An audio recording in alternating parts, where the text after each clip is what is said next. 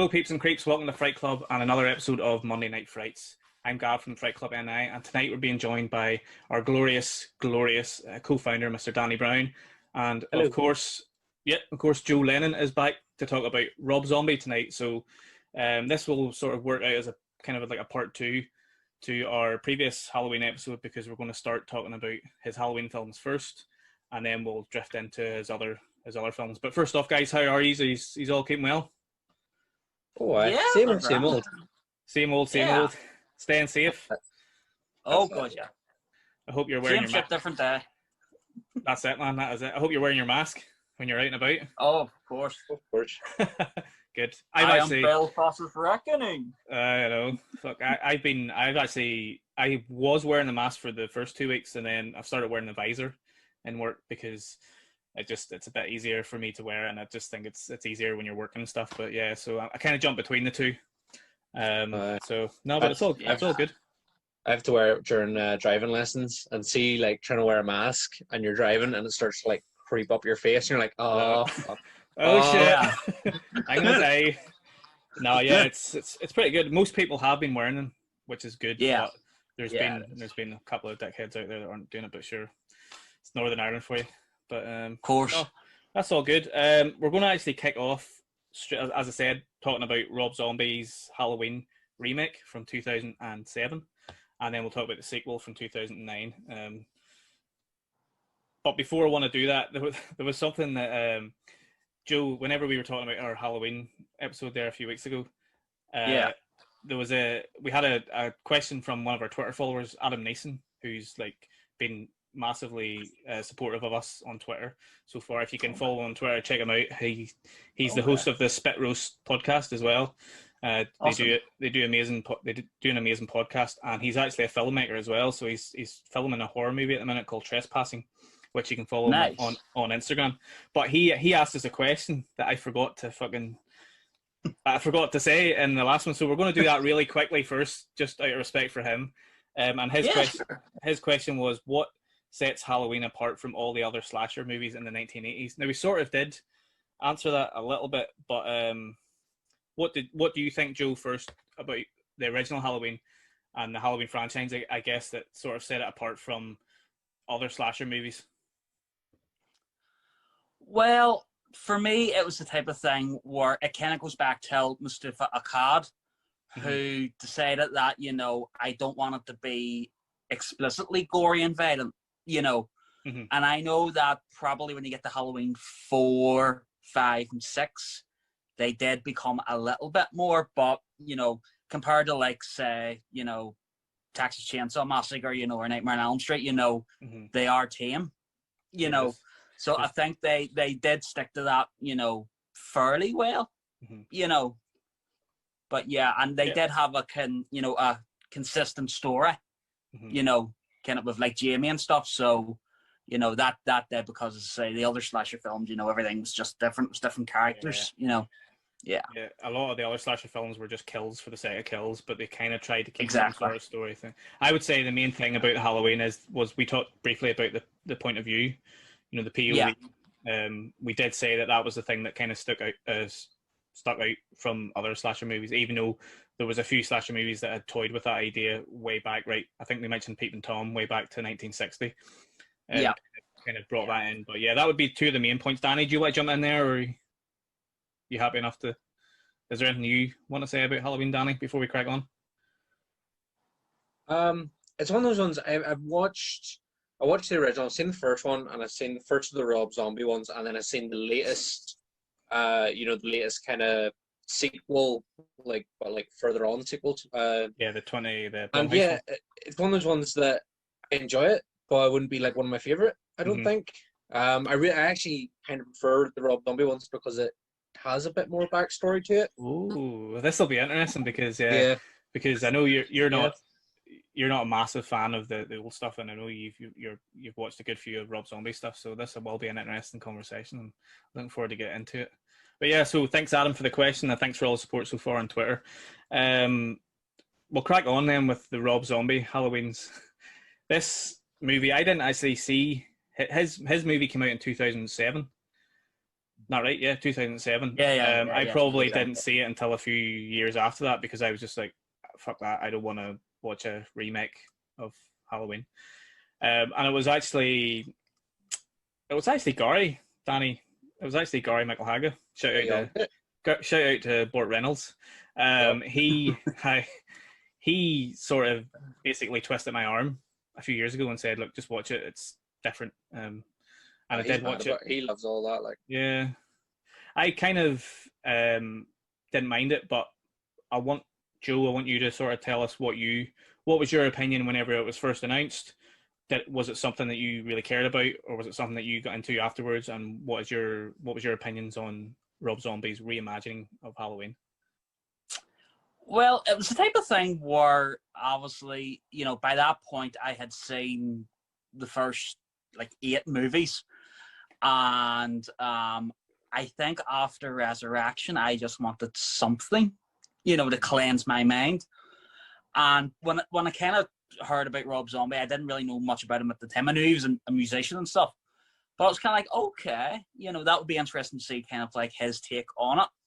So I remember going to the cinema to see it, and it was different to say the least. I had conversations with some friends about it beforehand. I went to see it not there, and they were kind of like, they were kind of like, he will bring his, kind of Rob Zombie thing to it, and I was kind of like, well, that would be interesting to see, Put it like this, okay. I prefer his first one till the second one. Yeah, I think most people do. Yeah, and don't get me wrong, like, I'm one of those guys where I do like, like the original where kill the sister and that's it. You can bring whatever you want to it, but when you start giving them a backstory, like, I don't mean a little bit, but when basically he was like this screwed up kid, and the bullies started, and you knew it was coming, I tell you what I did like. I did like some of the stuff in Smith's Grove with Malcolm McDowell's. I like some of that. Kind of fleshed a little bit more out, but like the stuff with at the start with his mom and William Forsythe and that, that was just a bit, I appreciate what he tried to do. He tried to give him a family, but you got to say, it's Michael Myers. You have to have that mysterious air about him, and I just thought it was so amusing that the fact that his mom was a stripper. I was like, so Rob Zombie. It's typical Rob Zombie. Try and get as much tits and ass in there as possible. But I kind of agree with you in certain aspects there. I like the fact that in the original Michael Myers is very much a mysterious character. You don't really find anything out about him other than the fact, obviously he's Laurie Strode's brother and the original kill in the original movie. But I do appreciate, as you said, that Zombie wanted to do something slightly different without changing, the whole storyline. But he wanted to go back and kind of explore that childhood. And Danny, you're clearly a fan. So what's your thoughts? Are you thinking about that too? I think it's because, again, I haven't watched it probably since it first came out on DVD. So not the cinema release, but the DVD release. I think we rented it, and I can just remember being like, I enjoyed the fleshed out story. I liked that they kind of built it out, but it was just natural. It wasn't too. Yes, obviously strippers and stuff, and Rob Zombie-esque, but it felt sort of just natural to the story. So I was kind of like okay with it. Whereas other times when they kind of try to go back and give villains a backstory, it almost feels like, oh, they are so hard done by. I don't think in this he's overly hard done by. It is unfortunate his circumstances that he's in, but he's not like evil because society made him so, sort of thing. As much so as say other sort of prequel movies for villains, that sort of thing. I feel that it's just a bit more. I enjoyed the whole thing with the mask as well. I really dug all that. That, as you said, when he's in the psych ward and stuff, and you're kind of seeing it all play out. I really enjoyed that. But as I said, it's been that long. Yeah, I do love the. Sorry, Danny. I do love the orange mask. The sort of I suppose Jack-o'-lantern type esque mask that he wears, and he's he's massive in it. Like he's an it was Tyler Mane, wasn't it, the ex wrestler, who he also played Sabretooth in the original X-Men. I think that's the same actor, isn't it?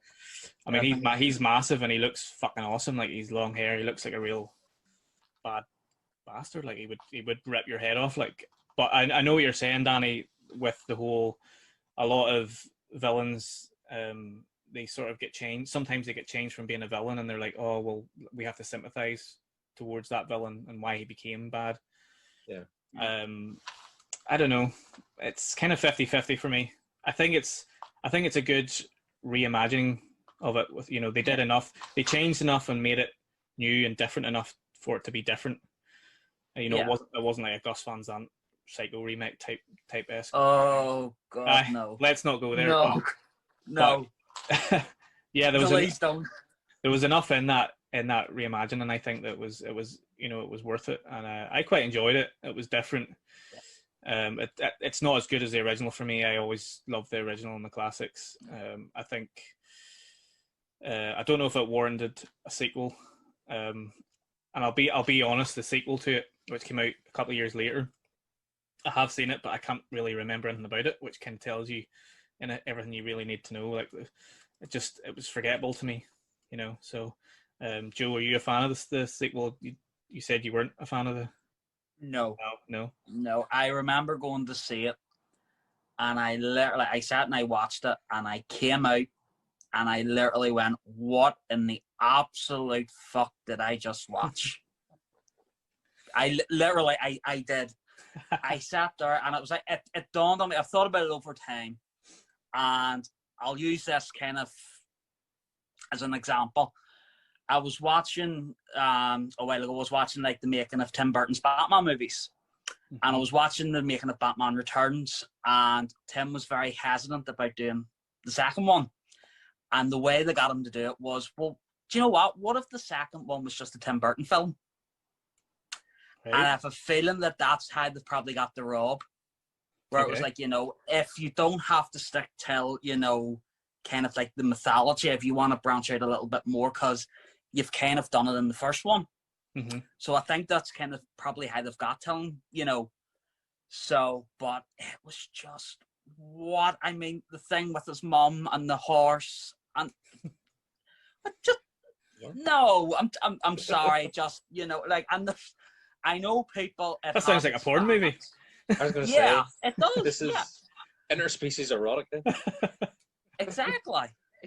You know, like, and I sat there and like the opening in the hospital and stuff, you know, and it was kind of like, okay, how much is he going to remake Halloween 2? Yeah. You know, and here's me, this is going to piss a lot of fans off doing this.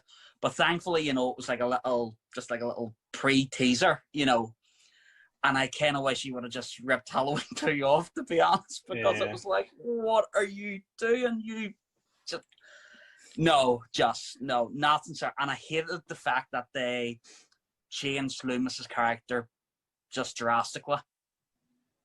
You know, because the whole point of these movies is Michael Myers is Dracula and Loomis is Van Helsing. Okay. You know, it's so archetype, you know, and the fact that they changed, like, I've heard people say, well, you know, they kind of wanted to shake it up, and I was like, no, they killed Loomis in that movie. I'm sorry. And one of the things that I loved about his remake was the casting of Malcolm McDowell as Dr. Loomis. It was genius. Like, he worked in that first film. He was amazing. Mm-hmm. You know, so he had it all set up, and then he just wasted it. In my eyes, anyway. You know. Yeah, I mean, I will say the casting in it is amazing. Like, say Malcolm McDowell's great in it.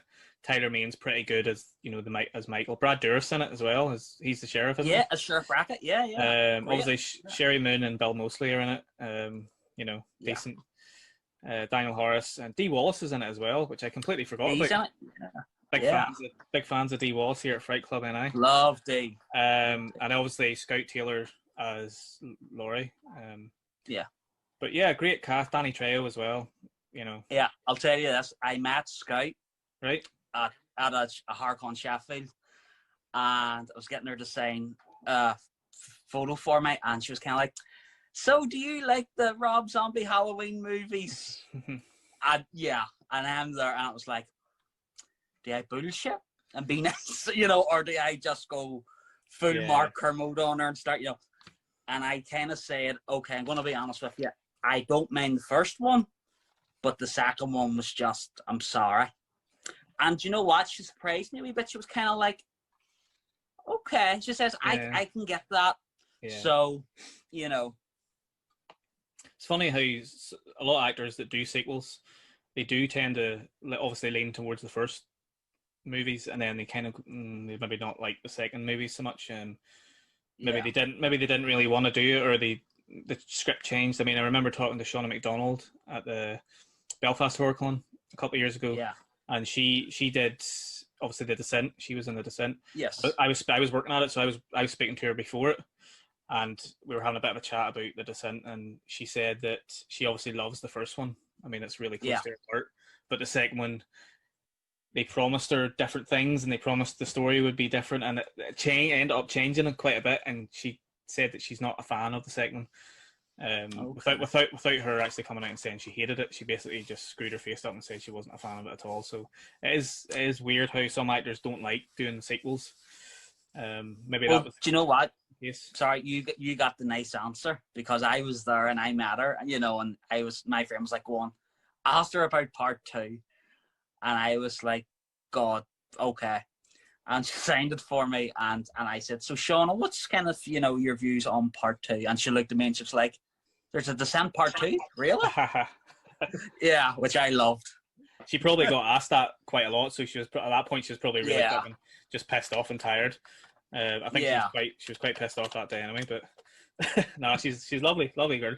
She is lovely. So you're not a fan of the sequel? No. As I said, I can't really remember much about the sequel. Danny, you said you'd seen the first one. You haven't even seen the sequel. Yep, haven't even seen the sequel now. Yeah, don't. It's not great. It's not Get great. your crucifix out. Yeah, it's not amazing. No, it's not fantastic, but didn't really warrant a sequel to me, to be honest. But no, shit happens. He took it upon, he did it, and he still made plenty of films afterwards, so it didn't really hurt his career that much. Yeah, but we'll crack on and talk a little bit more about his other films. He was obviously in a band called White Zombie. That's, in the mid to late 80s they were formed. And with a name like White Zombie, you know that clearly they're fans of horror because of the famous horror movie from 1932, White Zombie, starring Bela Lugosi. Bela Lugosi. So they split up in the mid 90s, and then he went on and did his own thing as Rob Zombie. And you could tell he was a horror fan because all his cover art for CDs are all like obviously horror themed or horror related. And he did direct his own music videos. I think he did quite a lot of his own music videos. There's none that really spring to mind. I know a few of his albums and songs, but there's no music videos that really spring to mind. But obviously he worked hard at that and was like, right, this is what I actually really want to do. So in 2000, he made House of a Thousand Corpses. He started filming it in 2000, and it didn't get released till 2003, I think. Yeah. And obviously that was a massive film for him. He's made I'm just counting 1, 2, 3, 4, 5, 6, 7, 8 films. Am I right? Am I right in saying that? Well, one of them's an animated film. The animated one, which we'll talk about as well. But I mean, I can talk about that. I love that one. I haven't seen it, so as bad as it is, it's great.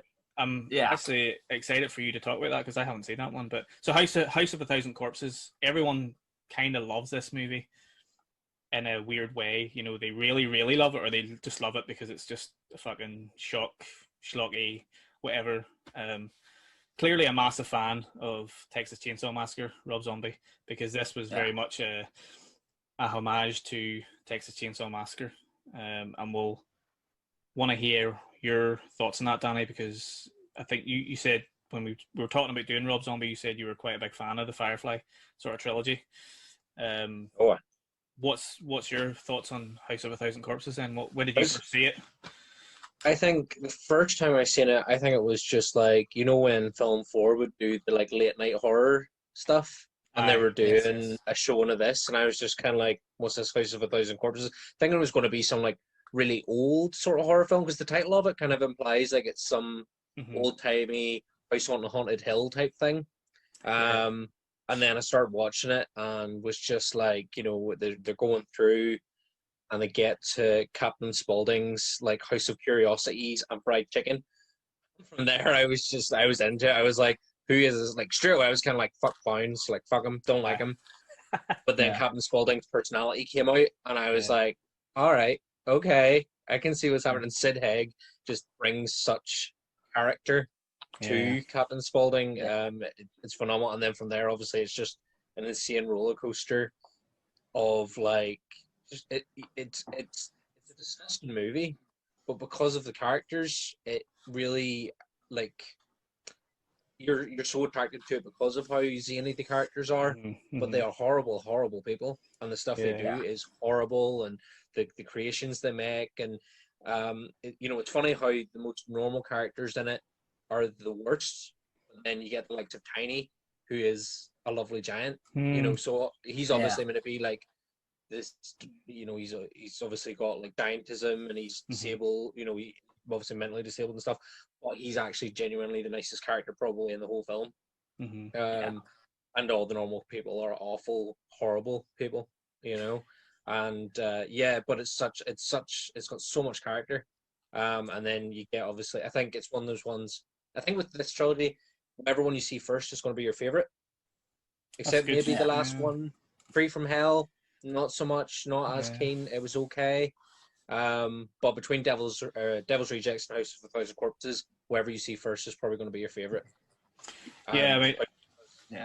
So I just agree with you 100% on the like, obviously the old. It sounds like an old film, and even the poster looks kind of old, and that was clearly the vibe he was going for. He was going for a retro type vibe, because he's such a fan of Texas Chainsaw Massacre. To me, Rob Zombie, when I first watched it, I actually only watched it for the first time like earlier this year. Both of the Devil's Rejects and Thousand Corpses, and to me it was like watching Quentin Tarantino. It was like if Quentin Tarantino made a horror movie a few years ago, it would feel like this type of movie, because it was really a throwback to films that he loved growing up, and he was just like, fuck it, I'm just going to basically do a film that I loved growing up. And he took parts of Texas Chainsaw, and then obviously with the carnival sort of clown aspect of it, and the bit where they go down at the end is just mad like.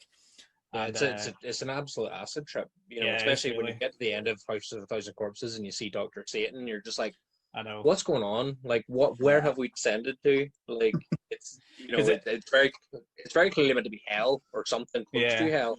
But then once you go into the haunted world of El Superbeasto, we then learn that Dr. Satan is actually some other character. Right, cool. No, we'll get there eventually. We'll definitely get there. Joe, thoughts on Corpses? What's your thoughts on it? Well, I was like Danny. I discovered it on TV. I think it was Horror Channel had it for a while and stuff, and I knew of it and stuff, and it was kind of like, okay, I'll check this out. And it's just going back a few years now. I had a really good time with it. I actually thought it was really good fun. I could see chainsaw elements to it, but it's kind of like, it's the type of thing where you look at it and it's kind of like Rob, when he does his own stuff, it works. It completely works when he has his own control of his own characters. He goes to town. The opening is probably my favorite with Sid in the little shop and stuff. But I just heard it. I think that is so fucking funny. I think it's great. And as Danny says, then once you get into the Firefly household, and things just start to tumble, and it's a film that it never stops. If you really look at it, the pacing of it's just bang, bang, bang, bang, bang, bang, bang, and like to literally the end, But I actually said once to a friend of mine, it's like, it reminded me of like a pantomime in hell. And my friend just loved that. So it's just, because all of those characters are like pantomime villains to a degree, but it's cinematic, But yeah, and again, I met Bill Moseley and I asked Bill about it and stuff, and I says, "What's your favorite out of the three?" And he was kind of like, "Well, who's the best out of your family?" you know, here's me. Oh shit, here's me. Fair, he says, "Listen, man," he says, "it's whatever you want it to be."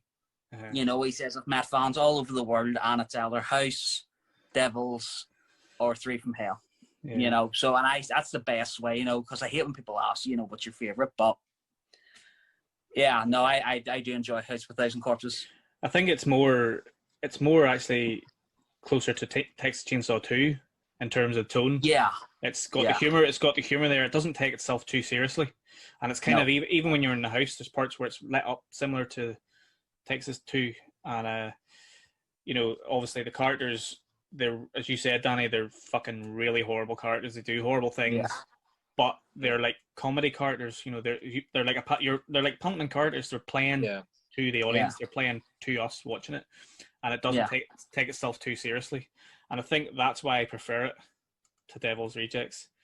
I feel like, especially with the second one, when you get to Devil's Rejects, you kind of get into the idea of like natural born killers, where you get the notion of celebrity around these characters, because by that point, they're wanted by the police and they're on the run, and people are starting to kind of recognize them, and the likes of Baby's kind of getting, like, she works the fact that she's kind of fetishized at times to get her way or to manipulate men, that sort of thing. But there's even the fact that even the dialogue, I think there's part in Devil's Rejects where Otis says, he uses one of the quotes from the Tate murders.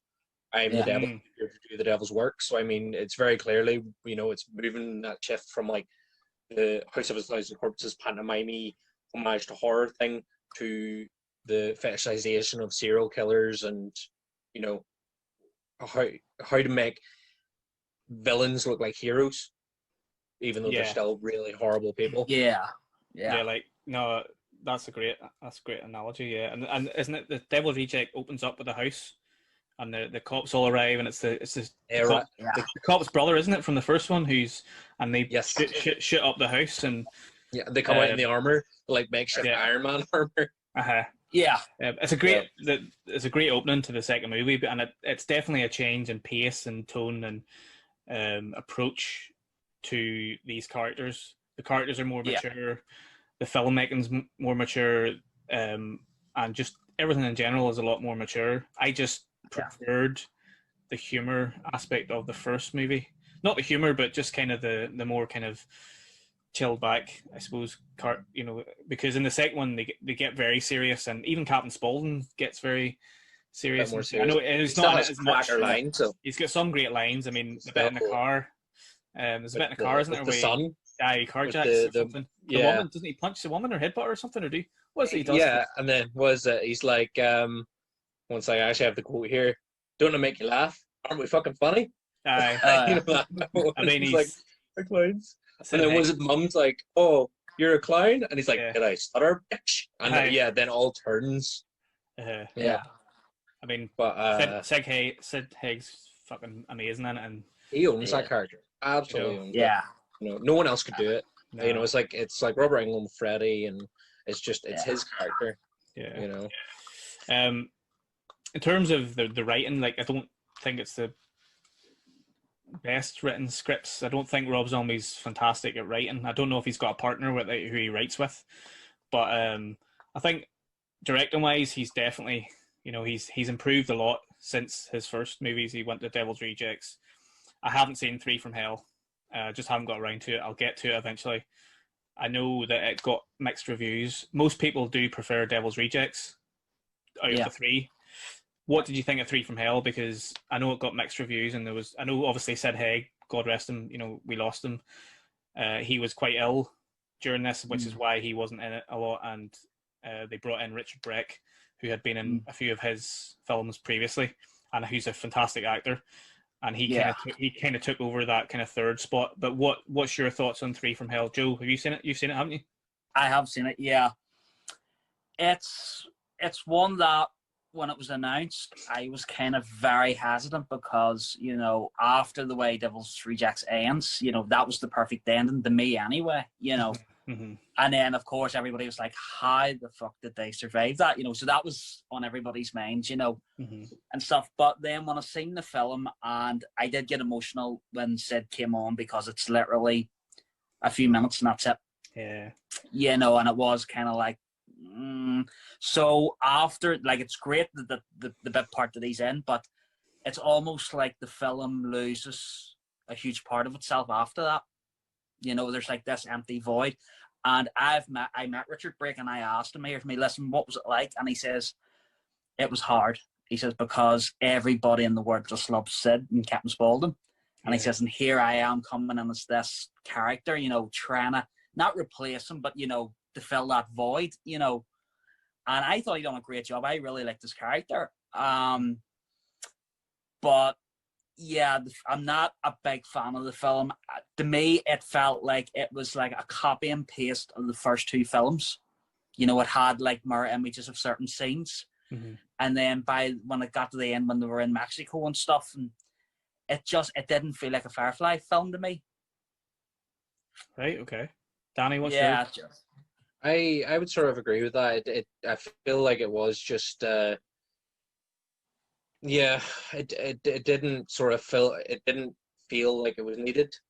It was very much just kind of like, okay, we're here seeing these characters again, they're kind of doing something, but meh.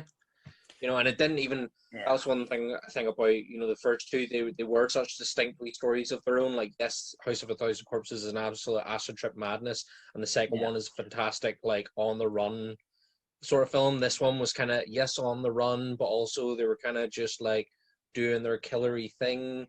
And it didn't even finish with, you know, that's the first two have those fantastic needle drops at the end. You know, Rob Zombie and Lionel Richie with Brick House at the end of House of a Thousand Corpses, and then Leonard Skinner's Freebird at the end of Devil's Rejects. Phenomenal. And then this one, you know, I can't even remember what the end credit song for this one was. It was just like, by the end of it, I think I was just like, all right, cool, yeah, I've watched it now. Do you think that he made this film just basically because once you make two films, you're almost obligated to make a third one just to wrap up a trilogy? Do you think he had planned? I think he did say in an interview he had planned it to be a trilogy, but do you think he just kind of made this just to wrap it up and just to say that he had done this trilogy? Maybe, or maybe he just wanted to go back to the characters. Maybe he just wanted to revisit them, and he was like, Sid Haig's on his way out, we'll maybe try and do something with him before he goes. And obviously then that didn't work out because, you know, unfortunately he did pass away. But maybe, don't know. I was thinking maybe it was more because I know Sid had been unwell for a time, and this had been planned, and maybe he thought, right, I want to get this done before Sid passes, because it would feel like if you did something after that, you would feel like you were just trying to do it because he had passed. So maybe he just wanted to work with Sid one more time, and it was a shame that, you know, he couldn't be on screen more time than what he was. But rest in peace, Sid Haig, Captain Spaulding. Right, on to the next one then. 100 World of El Super Beasto. Danny, take it away.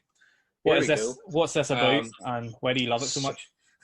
I don't, because it's so just absurd. It's so it's an animated musical comedy, and it's based on Zombie's comics. He did comic books of the same name, and then him and I think is it Tom Pappy does the voice of Spaulding.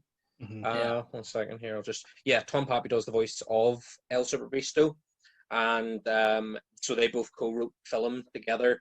And then it's absurd. It's basically, so El Super Beasto is a luchador porn director who teams up with his sidekick sister, Super Agent Susie X, who's voiced by Sherry Moon Zombie.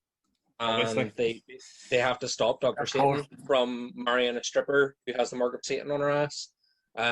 Because if he does marry her, he's going to take over the world. He's going to take over Motherland, which is run by like zombie Nazis. So obviously Motherland, Fatherland, all that kind of thing. And there's just all these like mad characters throughout it. But obviously like littered throughout the whole thing is just loads of characters from like Rob Zombie's movies, and you've even got Michael Myers and stuff in there from Halloween and stuff. Just a whole load of like callbacks to his own like cinematic catalog and his music video catalog, all that sort of stuff.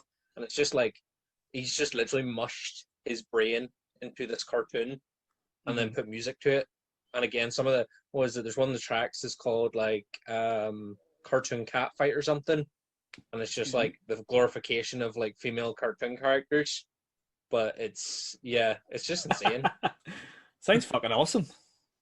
It's very, you know what, it's trashy, but it's good. Yeah, no, I do remember seeing it in HMV, like the cover of it. It's a luchador, isn't it? You said, and I remember seeing it. And obviously, I'm a massive wrestling fan, so I was like, "What's this? Oh, it's a Rob Zombie. What the fuck's this?" And I never got around to watching it, and then I just completely forgot about it because everyone seems to forget that movie exists because of obviously his other movies that he's made. But no, I'll definitely have to check it out. Sounds amazing. Sounds a bit South Party as well, you know. Well done. It's actually, I think it's animated by the same team that did like the likes of Ren and Stimpy.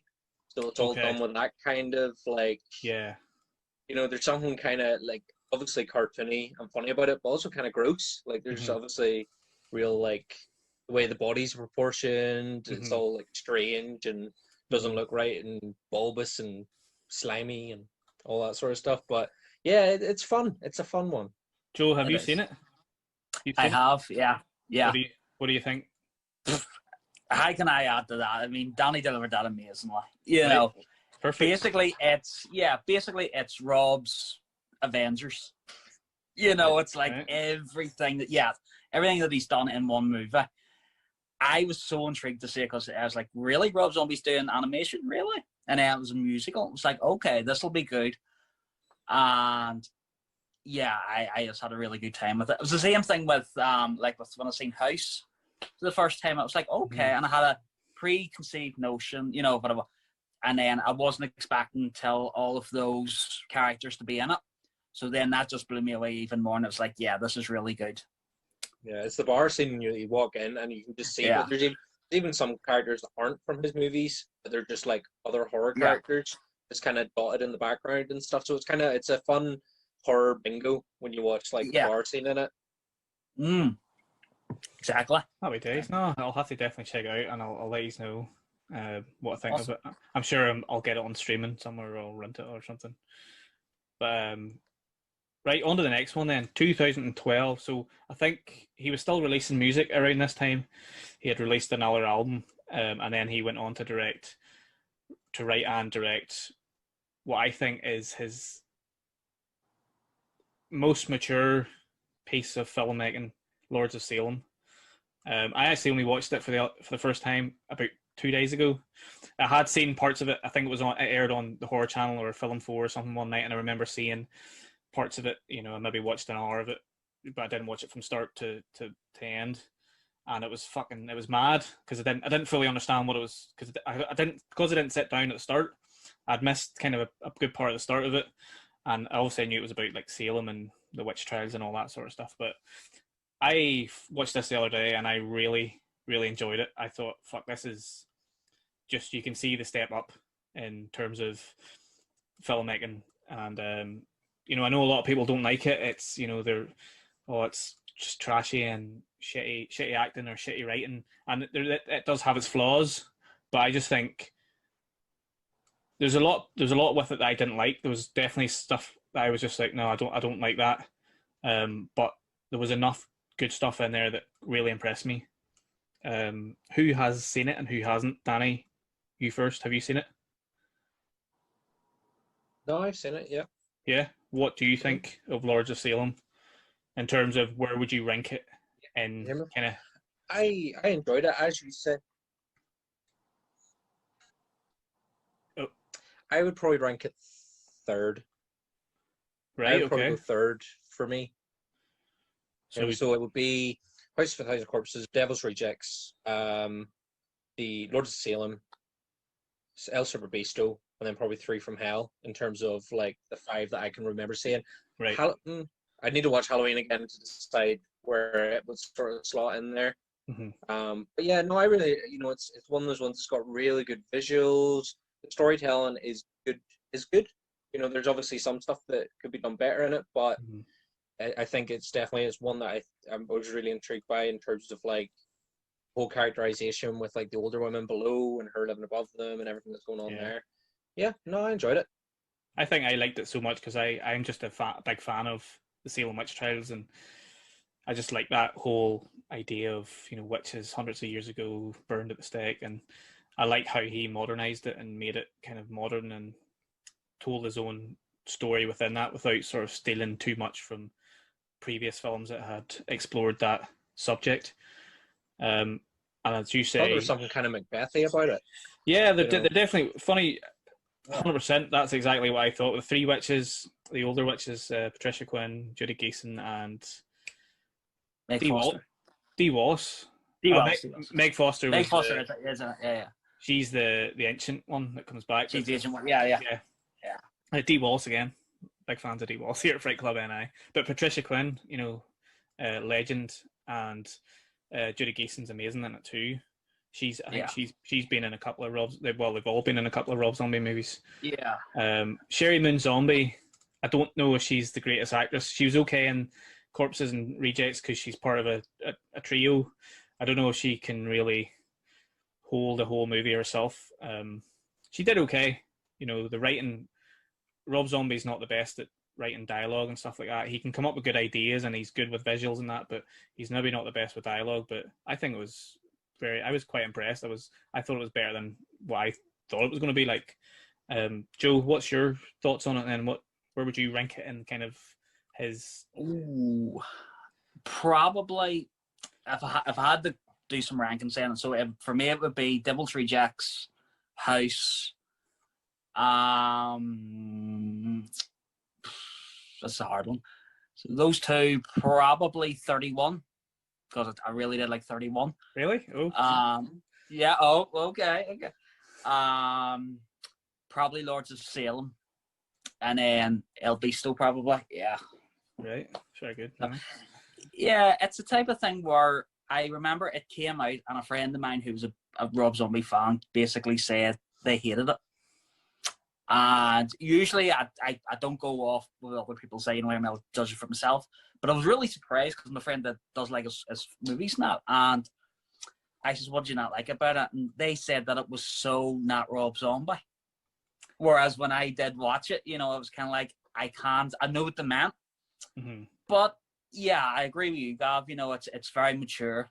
For, you know, like I know he mature for Devil's Rejects, but this was very mature for Rob, I thought.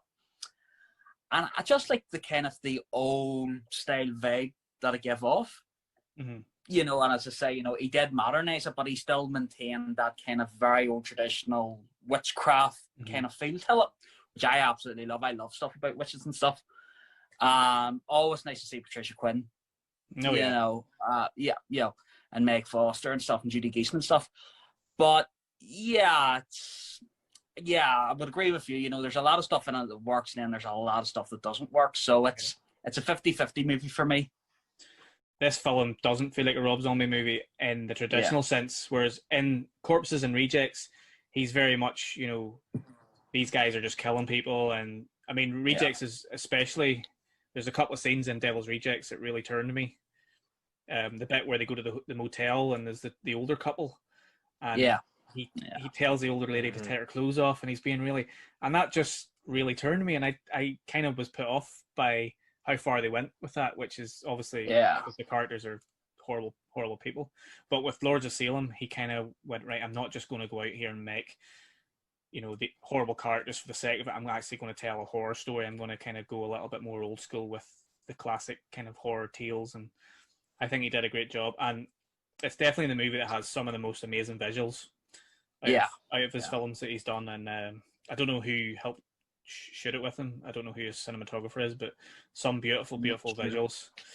But the three witches are the best thing about it, I think. Oh yeah, they're fucking amazing. So good. Dee Wallace especially, like, she's got some classic lines in it. She's class.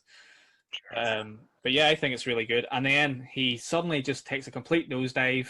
You said you liked 31. I watched this a couple of days ago and I fucking hated it. just thought it was trash. I was looking forward to it because it was one of the movies that hasn't got as much media attention compared or hype, I suppose, compared to his other movies. And there's probably a reason for that now because it didn't get critically acclaimed for any reason. I just thought it was just trash. Richard Brecht's great in it.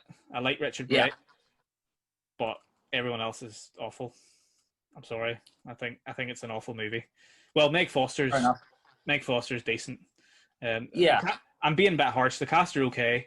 I just think they have to work with so little, and the horrible characters in it, like the wee Nazi guy, and I hate them. I just think it's crap.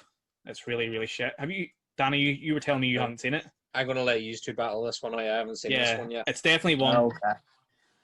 If I wouldn't recommend watching it. It's not something even just even out of curiosity. No. Well, you can watch it out of curiosity. Like it's got some okay things. It starts off. It's about a couple of carnival performers. It's set in the 70s, first and foremost. They get stopped in the road, and they basically get kidnapped, and so, it just jumps straight from that kidnapping to them being prisoners in this sort of compound, I suppose it is. You never really find out what it looks like outside. They're just like this compound, and they're all chained up, and you find out that it's a game called 31, and Malcolm McDowell and Judy Geeson as well appears in it. And they're kind of like the higher power type thing. They're all geared out in big weird wigs, and I was like, oh, this is okay. Let's see where this is going to go. And then it just cuts to like them just lying on the ground, and it just looks really cheap. I know. I actually was reading something recently about it, and Rob Zombie said he wanted to make it look cheap. I don't know if he was saying that because it looked shit, but he just said that he wanted to make it look kind of cheapy and trashy, looking like one of those old trashy movies. It definitely achieves that if that's what he was wanting. But even somebody like Richard Brecht, who is a good actor, he's very over the top in this as well, and he just can't bring it back for me. I just didn't really like it. For me, it's probably the worst zombie movie out there. Well, first of all, I got major when it was announced, and I kind of seen like a trailer for it. I was getting very House vibes off it, just in terms of he was going back to being out there, and the fact that it was completely crowdfunded. And one of the reasons why I think I do like it is because the fact that it is crowdfunded, and I know it didn't reach its goal. I think he got just over half the money, but the fact that they were able to do what they done with like half the budget was pretty impressive. Especially when you have actors like Malcolm and Judy and stuff in it, and Richard and stuff. And then I just love the idea that the fact that once you get inside like the compound, that it's like literally, it's like a ghost train, but it's in like a building.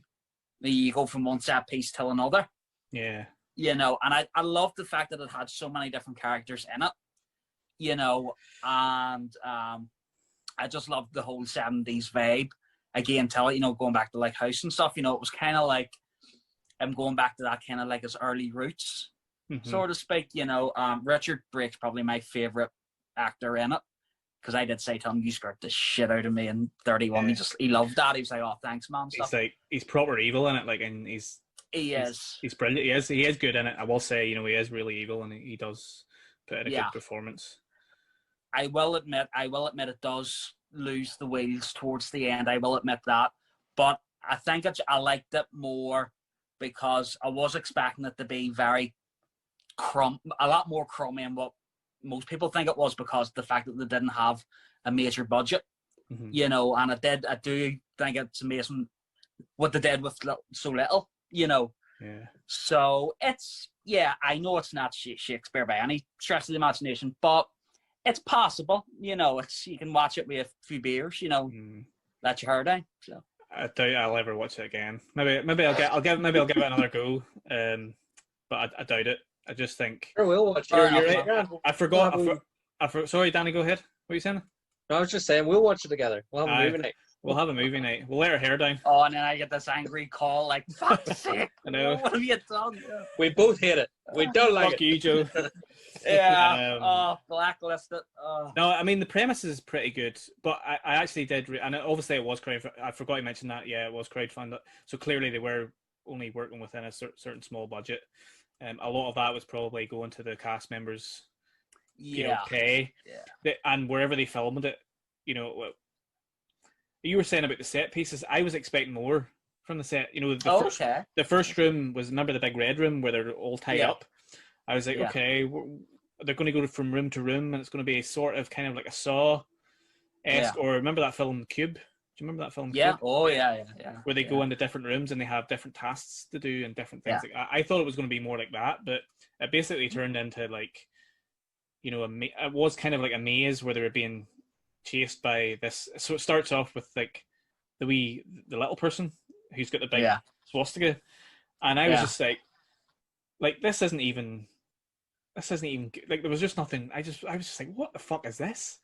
And then there's killer clowns later on that they're wearing the clown masks, and I don't know. I just didn't really enjoy it. And I also read somewhere that Rob Zombie, up until this point he was trying to make a film. I can't remember the name of it. He was trying to get a film made. He was trying to get funding for it, and he had written a script, or he had written a treatment or something. He was trying to get it made, and it kept falling at the last hurdle before he was getting funding for it, and he basically gave up. And then he said, right, fuck this, I'm going to make this movie. It's going to be called 31. And he basically came up with this idea, in no time. And he obviously went to, Kickstarter or whatever it was. He got the crowdfunding for it. So I feel like as a movie that he basically just made because he was bored, and not because he really cared about the story or any of the characters or anything like that. You can sort of see that. Even the filming of it, like, it's really choppy. Like, there's the amount of shaky cameras in it, because you can tell they were just like, oh, we need to do something to make this scene look better, because they had so little to work with in terms of the set pieces, and so they had to shake the camera a lot, and it was getting a wee bit like, fucking hell, I'm getting a wee bit dizzy here, Yeah. You could definitely tell that Rob Zombie kind of just made this just because he was bored, and he just was like, right, and they just need to make a movie. He didn't really have the same passion in it like his previous films, but so that would definitely be in the bottom of my list. If I was making a list, I would probably I'll go Corpses first, just because that was the first one, and then I'll go Lords of Salem, and then I'll go Devil's Rejects, just because Devil's Rejects, there was a couple of scenes in there that really turned me, and it kind of put me off the whole movie. I know they're horrible characters, they're supposed to be horrible, but that scene in the motel really and it really put me off Bill Moseley as well, who I quite like, and I think he's a good actor. And I like the character, but I was just like, no, fuck you, leave that woman alone. You know what I mean? But yeah, so this is a bad bastard. He's horrible. Absolutely. You said you met Bill Moseley, Joe, isn't that right? Yeah. Was that at For the Love of Horror? It was, yeah. Right. Cool. Yeah. And did you meet Sid Haig a couple of years ago? He was over for was he over the Sheffield one? He was, and I didn't. I missed him. Originally, they had him to come to the For Love of Horror. Yes. And he was to be in his Captain Spaulding costume. That's and right. It was so exciting, and then we got the unfortunate news. He passed he had passed. Yeah, so it was. But I liked what they had done. They had actually set up like a little trust fund thing that was going to go to his wife, and it was lovely. So I donated a couple of quid in that, So. I'm pretty sure I donated it, so I know I didn't go to the event, but I remember the guys putting the thing up on Facebook, and didn't they do a tribute video to him as well or something? Or they did. Yeah. They did. Nice. Yeah. Nice. It was nice. It was. But yeah, so that's Rob Zombie. Was there anything else? Did we miss him? No, that was it, wasn't it? We talked about all the movies. So what would you like to see from Rob Zombie? Do you want him to continue making films? Do you care? Are you happy enough with what he's done? Are you excited? Say if he came on Twitter or Instagram tomorrow and was like, this is a new script I'm writing, would you be excited, or would you be like, I don't care? Danny, you go. Joe, you go ahead first. Yeah, Joe, you go. Okay. Well, it would be interesting to see what it would be. If it was a script that he was really passionate about, and if he had the proper funding, the backing for it, then yeah, I'm there, But if it was like another 31 where it was like, struggling, to get it financed and made and stuff, I would kind of like, maybe wait, But no, it would be interesting nevertheless to see what he would do. You know, I think it is time, you know, now that the Fireflies are done, so to speak. You know, I think he would need to move on, make some new characters, you know, and stuff. But yeah, no, it'd be interesting to see. I would still watch it, you know, regardless. You know, oh, definitely. Danny, thoughts? I would like to see him. His last one of the last music videos he released, which I think he may have directed as well, was called "Everybody's Fucking in the UFO." So I'd like to see him do a sci-fi horror, something with aliens. That'd be cool. Imagine Rob Zombie doing something with aliens and like sort of take the end of House of a Thousand Corpses, that real acid trippy sort of moment, and then multiply it by 10, throw in some aliens and UFOs and anal probes, and you know what? Why not? Something with that. Bring it on, man. Funny you should say something about aliens there. They just announced that there might possibly be something happening with the Thing. There may be a sequel or a reboot or a soft reboot or a spin-off or something. Now, I know a couple of years ago they were talking about doing a sequel to the Thing. There was a script written. If any of you... Oh, what's the podcast? It's not Mick Garris. I can't remember the name of the podcast. I'll put it on Instagram. I'll let you guys know about it. But there was the guys behind another good horror film. I think they were actually going to do another Halloween as well. This was before Blumhouse got the rights to it. They were developing this. But anyway, they were going to do a sequel to The Thing. And there was a script written and stuff. And I don't know if this has got anything to do with that. But have you been reading much about The Thing, by the way? Have you heard about this? Yeah. So imagine he did that. Like that'd be weird, wouldn't it? It'd be a bit. Rob Zombie's The Thing. No, I would want him to do something already. I would like him to do something of his own. I know. You know, me too. Let his mind take over. Because if he did The Thing, then you'd just be like, right, he's just basically remaking John Carpenter films. You know, it's like he did. He did. You know, he did the Thing. That'd be horrible if he did it. I say, but no, I agree. I'd love him to do something more sci-fi related. Come away from the whole kind of Texas Chainsaw aspect where he's got characters that are just mad, and do something a bit more classic. Maybe he's going to do one of the classic Universal.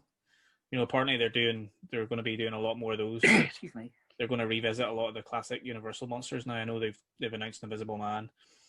Or sorry, they said Invisible Man's already out. They've announced Wolfman, with Ryan Gosling, and they're doing Dracula as well. And there's apparently another version of Frankenstein coming. So who knows? Maybe he's got something to do with that. But yeah, I'd be excited to see what he does next. As I said before, his early films kind of remind me of Tarantino-esque, where especially Corpses, where he's just everything he does is nostalgia, and he loves putting what he loved watching as a fan of horror on the screen, and I really like that as a filmmaker. So that's it for today. Thanks for joining us, guys. Cheers, Danny, and cheers, Joe. Thanks to anyone that's watching this video, and a massive thank you so far. This is our 5th video I think we've done, 5th Monday Night Frights. Thank you to anyone who's watched any of the videos, shared them with their friends, liked them, commented, anything like that. Really, really appreciate all your support. If you're watching this, you're probably already following us on Instagram. If you're not following us, please follow us on Instagram. Let's be cool. Follow us on Twitter as well, at The Fright Club NI, and please check out the website, www.thefrightclubni.com. So that's it for this week. We'll have another episode next week. We're not telling you what it is. We'll let you discover it next week. And if you've got any comments on Rob Zombie, feel free to let us know what you think of his Halloween remake or any of his other movies. Comment below in the Instagram video and let us know what you think about Rob Zombie. That's it for this week. Thanks for watching us. All the best, guys. Cheers. Bye.